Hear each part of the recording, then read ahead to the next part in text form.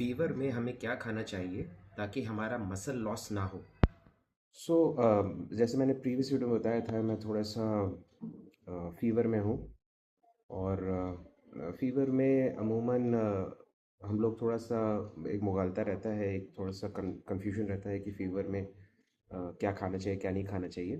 तो एक बात हम लोग उसकी इस चीज़ को क्लियर कर लें कि फ़ीवर में जब बॉडी हाई टेम्परेचर पे रहती है ना, तो और बॉडी जब ओवरवर्क कर रही होती है, अब ये ओवरवर्क करने के लिए उसको एनर्जी की ज़रूरत पड़ती है। तो अगर आपका प्रॉपर इनटेक नहीं होगा तो वो एनर्जी यूज़ करेगी आपके मसल्स को गला के, आपके मसल्स से वो एनर्जी दरअसल निकालेगी। तो हेंस आपका जो मसल्स होगा ना, वो डिग्रेड करने लगेंगे, वो कम होने लगेंगे।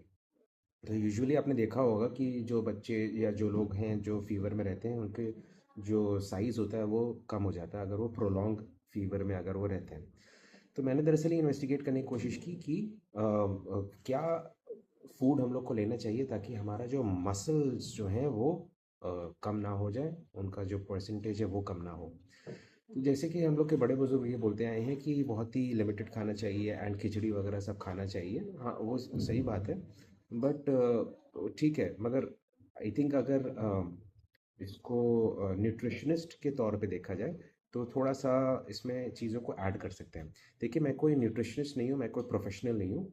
मैं एक जर्नी पे चल रहा हूँ, वेट लॉस की जर्नी पे एंड मसल बिल्डिंग की जर्नी पे, एक अच्छी बॉडी, एक फिजिक पाने की जर्नी पे चल रहा हूँ। एंड एज एंड व्हेन मेरे सामने जो हर्डल्स या ऑब्स्टिकल्स आते रहते हैं, मैं उस पे इन्वेस्टिगेशन करता हूँ, उसके बारे में जानने की कोशिश करता हूँ और आपके साथ शेयर करने की कोशिश करता हूँ।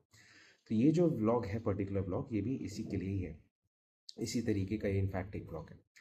तो मेरे सामने मैंने कुछ चीज़ें स्टडी की और मुझे ठीक लगी, तो मैं आपके साथ वो शेयर करना चाहता हूँ। तो सबसे पहले ये है, to prevent muscle loss. Fever में मसल लॉस जब होता है तो आपको high protein, high calorie and खूब सारा पानी एंड खूब सारा पानी वाला जो फूड है उसको आपको लेना चाहिए ताकि आपका जो डाइजेशन है वो भी बना रहे और आपको एनर्जी भी मिलती रहे एंड आपका मसल लॉस भी ना हो। तो सबसे पहले देख लेते हैं कि अ, किन चीज़ों पे सबसे पहले फोकस किया जा रहा है। तो सबसे पहले प्रोटीन पे। अब प्रोटीन इसलिए फोकस किया जा रहा है प्रोटीन पे क्योंकि प्रोटीन जो है वो muscle building and body repair, जो जो बॉडी के जो टिश्यूज़ होते हैं उनको रिपेयर करने में बहुत ज़्यादा हेल्पफुल होता है and fighting infection as well. दूसरा है हाइड्रेशन, प्रॉपर हाइड्रेशन, प्रॉपर पानी पीते रहना चाहिए बिकॉज जब फीवर होता है तो इलेक्ट्रोलाइट्स की कमी होने लगती है एंड जो पानी है उसकी भी कमी होने लगती है। आप जब भी महसूस करते हैं, जैसे मैं भी अभी महसूस करता हूँ कि जो मेरे जो लिप्स हैं वो सूख जाते हैं बहुत जल्दी, बिकॉज ये डिहाइड्रेशन की वजह से होने लगता है ये। इंश्योर एडिक्वेट कैलोरीज, कैलोरीज वगैरह प्रॉपर लेते रहना चाहिए, उसमें बिल्कुल भी कमी नहीं लाना चाहिए। And then vitamin and antioxidants लेते रहना चाहिए। ये जो विटामिन और एंटीऑक्सीडेंट्स है ना, ये आपके इम्यून सिस्टम को और ज़्यादा अच्छा करते हैं, मेंटेन रखते हैं इम्यून सिस्टम को, और आपकी बॉडी में जो इन्फ्लेमेशन आ जाती है कभी कभार, सूजन वगैरह आ जाती है, उसको भी ये कंट्रोल करते हैं। फिर अब कौन कौन से फूड आइटम्स लेने चाहिए। सबसे पहले प्रोटीन के लिए कौन कौन से फूड आइटम लेने चाहिए, सबसे पहला तो है एग। अगर आप एग लेते हैं तो एग ज़रूर लीजिए, बिकॉज वो प्रोटीन का बहुत अच्छा सोर्स है, बहुत ही ईजिली डाइजेस्ट हो जाता है and vitamin D and vitamin B12 का बहुत अच्छा सोर्स है वो। देन अगर आप चिकन और फिश लेते हैं तो वो भी बहुत अच्छा एक सोर्स है। चिकन एंड फिश से तो आपको ओमेगा 3 वगैरह सब मिल जाता है। दाल, मुझे भी दाल बहुत ज़्यादा पसंद है, मुझे एग बहुत ज़्यादा पसंद है, चिकन फिश उतना ज़्यादा मुझे पसंद नहीं है। पर दाल बहुत ज़्यादा ज़रूरी है, दाल आपको बहुत अच्छा प्रोटीन देता है। देन उसके बाद पनीर एंड कर्ड। पनीर जैसे आप जानते, पनीर सबको ही जानते हैं, paneer is a very good source of protein. And curd जो है वो आपको प्रोबायोटिक्स वगैरह देता है, जो कि आपके जो बॉडी में, आपके पेट में जो कंजेशन वगैरह है उसको दूर करने में बहुत ज़्यादा हेल्पफुल होता है। फिर इसके बाद आते हैं हाइड्रेटिंग में, मतलब अपने बॉडी को कैसे हाइड्रेट आप कर सकते हैं। तो सबसे पहले आप सूप वगैरह ले सकते हैं, बिल्कुल सूप वगैरह आपको इलेक्ट्रोलाइट्स प्रोवाइड करते हैं। वेजिटेबल सूप आप ले सकते हैं, तो वो आपको काफ़ी सारे कैलोरीज और इलेक्ट्रोलाइट्स आपको प्रोवाइड करते हैं, प्रोटीन भी देता है वो आपको। एंड सबसे अच्छा सोर्स है कोकोनट वाटर। कोकोनट वाटर जो होता है वो रिच इन एसेंशियल इलेक्ट्रोलाइट्स होता है, जैसे पोटेशियम वगैरह में उसमें बहुत ज़्यादा होता है। तो कोकोनट वाटर बहुत ज़्यादा सही रहता है। फिर हर्बल टी, वो बहुत अच्छा रहता है, आपको सूदिंग सेंसेशन देगा और आपके हाइड्रेशन को भी मेंटेन करता है।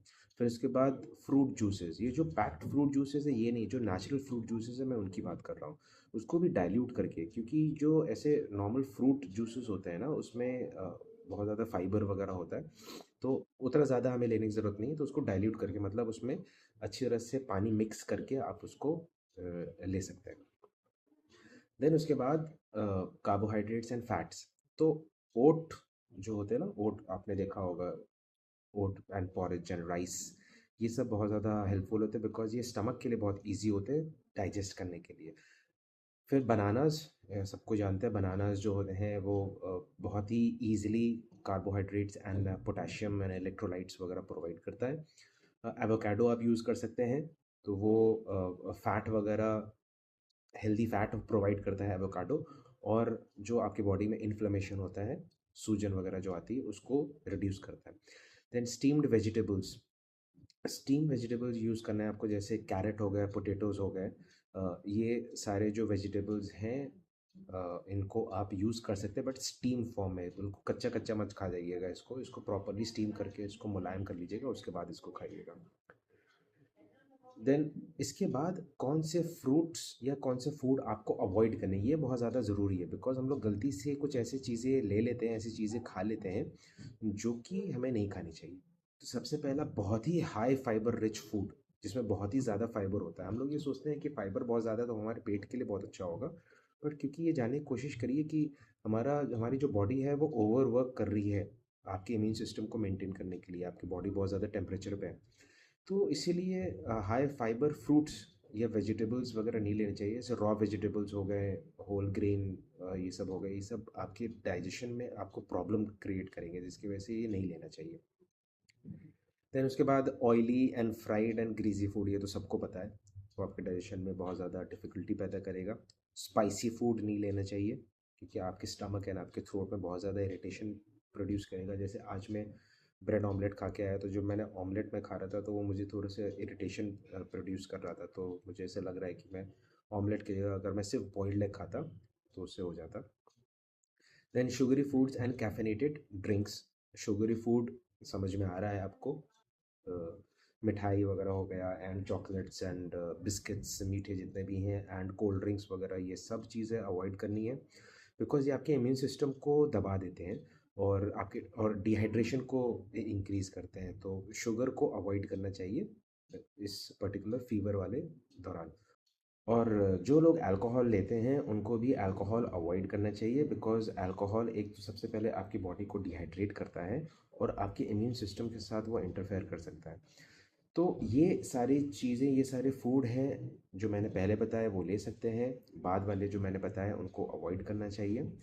फूड जो है वो छोटी छोटी क्वांटिटी में रेगुलरली लेते रहना चाहिए ताकि आपका, भले ही आपको मन कर रहा हो नहीं कर रहा हो, बट वो लेते रहना चाहिए ताकि आपकी बॉडी में न्यूट्रिएंट्स एंड कैलोरीज वगैरह प्रॉपर अमाउंट में पहुंचती रहे। और जब बहुत ज़्यादा फीवर हो जाए या बहुत ज़्यादा जब आपको ऐसा लगे कि अब कंट्रोल नहीं हो पा रहा है और फीवर बहुत ज़्यादा दिन तक प्रोलॉन्ग हो गया है, तो ज़रूर से ज़रूर डॉक्टर को दिखा लें।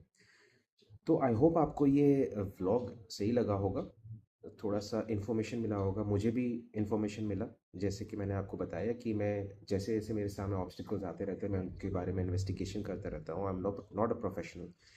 तो इससे मैंने भी काफ़ी सारी चीज़ें सीखी। मैं भी अपने फूड का जो रूटीन है उसमें थोड़ा सा चेंजेस वगैरह लेके आऊँगा ताकि मेरा मसल वगैरह लॉस ना हो and I recover as early as possible इंशाल्लाह। सो अगर आपको ये व्लॉग अच्छा लगा तो काइंडली इसको शेयर करिए, लाइक करिए, चैनल को सब्सक्राइब करिए। मिलते हैं नेक्स्ट व्लॉग में, till then take care, bye bye.